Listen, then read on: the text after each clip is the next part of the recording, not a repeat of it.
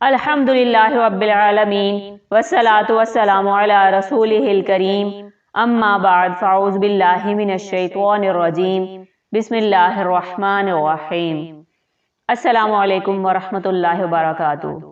حضرت عمر رضی اللہ تعالیٰ عنہ سے روایت ہے کہ رسول اللہ صلی اللہ علیہ وسلم نے فرمایا کہ جو بندہ بازار گیا اور اس نے بازار کی غفلت اور شور و شر سے بھرپور فضا میں دل کے اخلاص سے کہا لا الہ الا اللہ وحدہ لا شریک لہ لہ الملک ولہ الحمد ولہ الحمد یحیی ویمیت وہو حی لا یموت بیدہ الخیر وہو علی کل شیء قدیر۔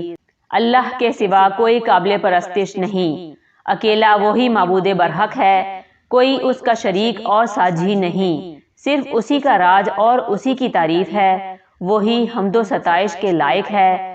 سب کی زندگی اور موت اسی کے قبضے میں ہے اور وہ زندہ جاوید ہے، اسے کبھی فنا نہیں۔ ساری خیر و بھلائی اسی کے ہاتھ میں ہے اور سب کچھ اس کی قدرت میں ہے۔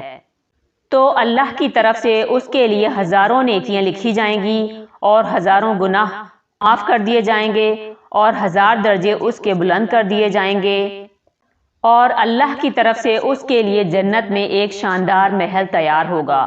اسے ترمذی نے روایت کیا ہے۔ ذرا غور فرمائیے کتنا آسان عمل ہے کہ بازار میں چلتے چلتے جنت میں محل حاصل کریں اور 10 لاکھ نیکیاں اور 10 لاکھ گناہ معاف کروائیے۔